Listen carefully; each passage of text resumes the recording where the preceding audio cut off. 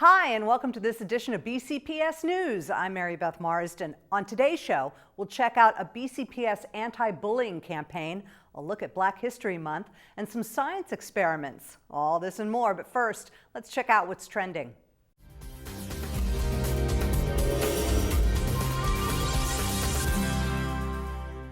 The Intel Science Talent Search, the nation's most prestigious pre-college science competition, named Delaney High School senior Lisa Ann Tang as a semifinalist. Tang was awarded $1,000 for her entry. The Intel Science Talent Search encourages students to tackle challenging scientific questions and develop skills needed to solve the problems of tomorrow. At a recent launch party, Patapsco High School and Center for the Arts unveiled their latest mobile app called Hall Sweep. Under the guidance of app developers Sean and Stephanie Grimes, the students are part of an after-school club where they develop, create, design, and market their product. The club is helping students to become part of the emerging technology field. This is the third app within a year that has been created by the Patapsco students. You can download Hall Sweep on the Apple iTunes website. 7th grade students from Pikesville Middle School took to the courts for the annual Hoops for Heart campaign. The event helps raise funds for the American Heart Association to support programs working to fight against heart disease and stroke. Nationally, thousands of students have benefited from educational materials and activities in creating good habits for good health. Pikesville hopes to raise over $1,000. Up next in our studio, we're going to look at what makes February one of our most celebrated months in history. Stay with us. More to come. If you could see anything in the world, what would it be? I'd love to see Paris. I like to see cupcakes falling from the sky. To save your vision in the years ahead, call your eye doctor for a comprehensive eye exam today. Then call 1-800-437-2423 or log on to seeabettertomorrow.org to learn about glaucoma and macular degeneration. I just want to see more of the things I love. Hi, and welcome back. You know, each year February is recognized as Black History Month, and joining us today is Lakecia Hines, the assistant principal of Golden Ring Middle School, and Tim Rualo, who's the coordinator for elementary social studies at BCPS, and they're both here to talk about the importance of Black History Month and some of the activities that are going on. Tim, let's just talk with you and just talk about why Black History Month needs to be so relevant to the county and why it's important. Well, Baltimore County Public Schools is a diverse school system, and as such we embrace opportunities to celebrate the contributions that varied groups have made to our community. And so we celebrate Black History Month as a means of honoring the contributions of African Americans to our nation. And Lakecia, I know one of the fun things for students during Black History Month are all the events that are going on. Talk about some of those. Some of the events, they have monthly assemblies where students step, recite poetry. We have speakers that come to our schools and speak to the children about the contributions that African Americans have made. They also participate in oratory contests as well and cultural festivals throughout our schools. Yeah, I would imagine that some of these competitions are very competitive and that students have been practicing and getting ready for them long before Black History Month. Yes, they do. In my former life, I was a elementary school teacher and I was a Black Saga coach as well. And so in the preparation, Black Saga is one of the many things that takes place during the month of February. And the students and the families, they really get involved in the whole activity of Black Saga and Black History Month. So that's your real personal connection. How about you, Tim? What specifically do you do during Black History Month?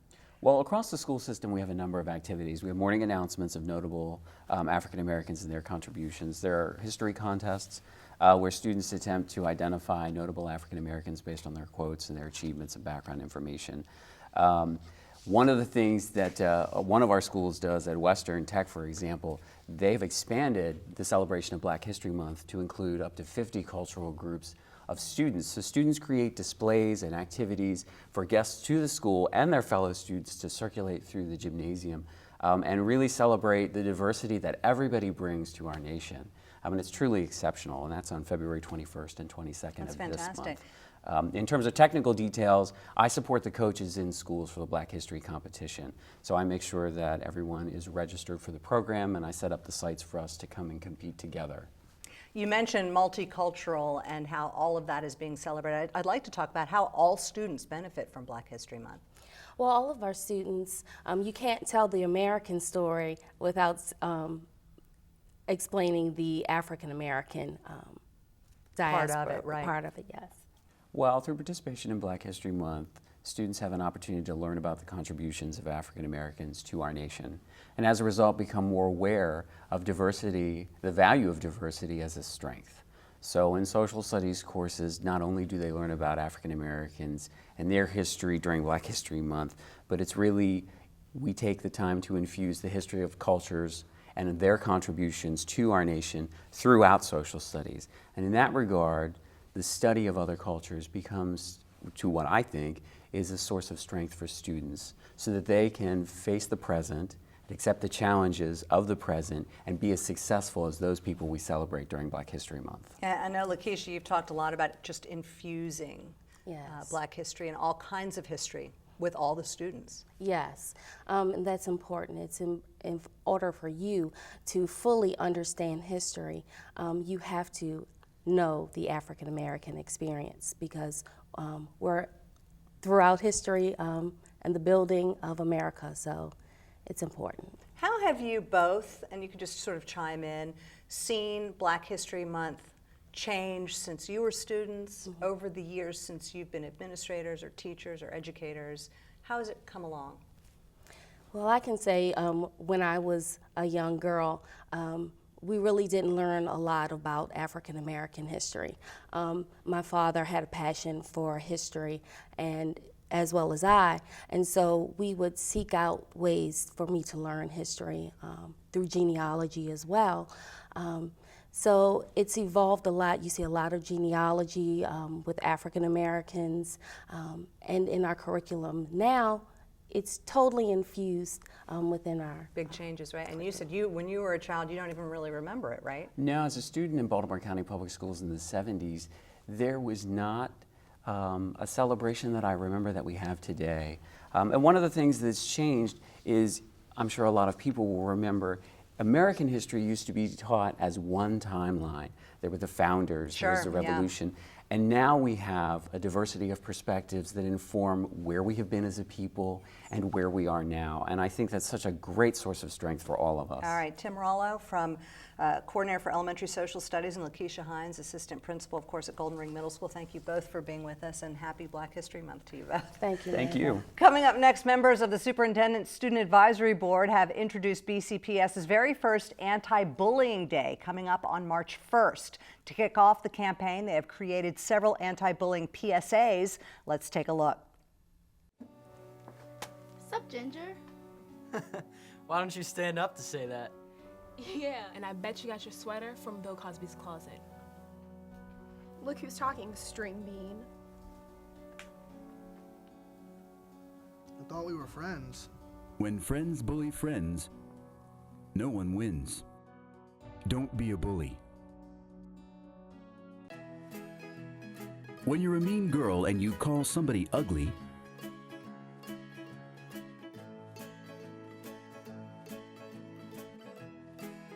that person goes into the bathroom to see if she really is ugly.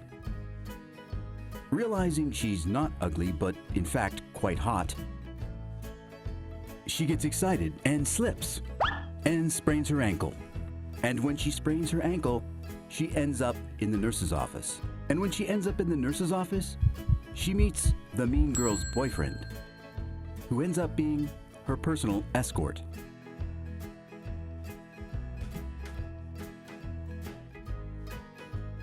And when that personal escort falls in love with the girl who had the sprained ankle, mean girl realizes she shouldn't call anyone ugly because she might just lose her boyfriend. So don't lose your boyfriend. Don't call anyone ugly, or anything else that's mean for that matter. Hi, I'm Ebby from Newtown High School. And I'm Destiny from Woodlawn High School. Each day, there are students in our school hallways who are bullied, whether it's by their friends or someone just passing by. We each need to realize that our words can hurt, and that we need to come together to build each other up. Join us on March 1st as Baltimore County Public Schools kickstarts our first annual Anti-Bullying Day. At each school, there will be various activities and pledges to support the cause of anti-bullying. Join us, and together, we have the power to make a change. Nice work with a great message. Join your fellow BCPS students on March 1st. Together, we can make a change. Now, students in the Functional Academic Learning Support Program, or better known as FALS, at Cockeysville Middle School, get more than they bargained for. Let's check it out. With our friends today, we have 3 activities, and we're going to break up into 3 groups. 8th grade students from Cockeysville Middle School team up with their peers to improve student success through this unique tutoring program. Chocolate orange dip. Good. 3 Quarters. Cup. Our students interact so well with the students from Mr. Cummins' class. They really enjoy and look forward to them coming in. They get to do things that all the other students in the school would do, and they have a partner that shares in this with them. Oh, wow. Aren't you cool? You're so clever. You're awesome. Thank you. I think it's important I come here because we can relate to each other. We're all around the same age, and we help each other out, so it's a win-win situation. One of the goals with this partnership is to develop a better understanding of each other. Also, to understand that we all have dreams and want to be productive citizens. Ms. Bracken's kids teach my kids more, I think, than my kids teach them, and they see that they have the same interests, they like the same thing, and what they have in common is so much more than what is different. So we've been doing this 5, 6, 7 years, and it's been phenomenal year after year. They try to encourage learning in a variety of ways to support academic improvement. I think beyond our wildest dreams, some of the results and after effects and impacts impacted the children, both the regular ed and the special ed, and impacted the adults involved in the program. The final step is a reflection component, where student tutors fill out a quick questionnaire to reflect on their experience. I enjoy coming down here with them because they're learning from us and we're learning from them, and it's a good program to have, and it's a lot of fun doing activities with them. For BCPS News, I'm Abby Kasoris. What an amazing program for these students to be involved in.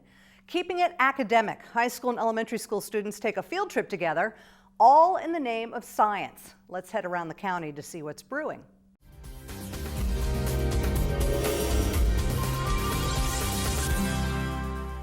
Imagine learning about gel electrophoresis and sickle cell anemia in elementary school. Well, students from Randallstown High School have been mentoring younger students from Halstead Academy and Pleasant Plains Elementary School about these puzzling topics. They took a field trip to the SciTech Lab in Baltimore City for a hands-on sickle cell experiment.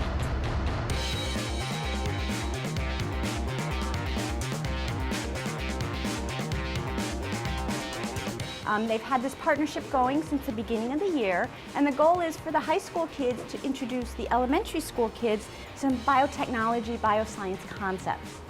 I like working with the high school students because I wouldn't be able to do all of this on my own because I would be confused, and they actually helped me do all of the stuff with this.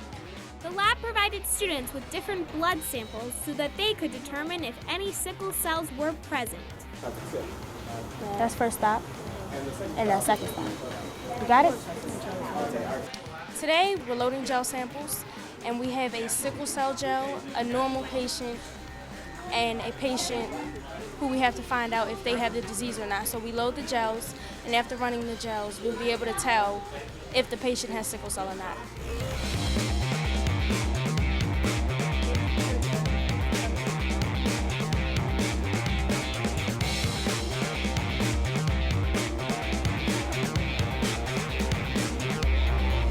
This hands-on experiment is helping to engage students and foster their interest in science. Well, it's very important because it really exposes our children to real-world science. They're not just in the classroom, they're out from the confines of the building. They're working with biotechnology magnet students, which they could apply to eventually, and then they're working with experts in the field like Dr. Mary Stapleton and her staff down here at the Columbus Center. And I like doing this because it's fun and I get to learn new stuff. This partnership has allowed elementary and high school students to explore science together, broadening their horizons and filling their vocabulary bank with scientific terminology. For Around the County, I'm Abby Kasoris. Did you know?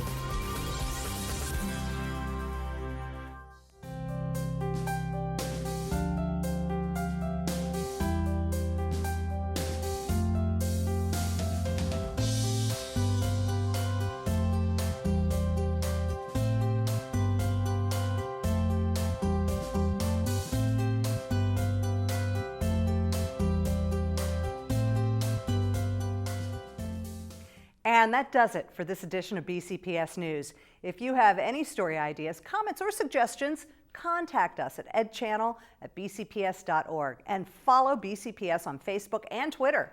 Until next time, I'm Mary Beth Marsden. Thanks for watching.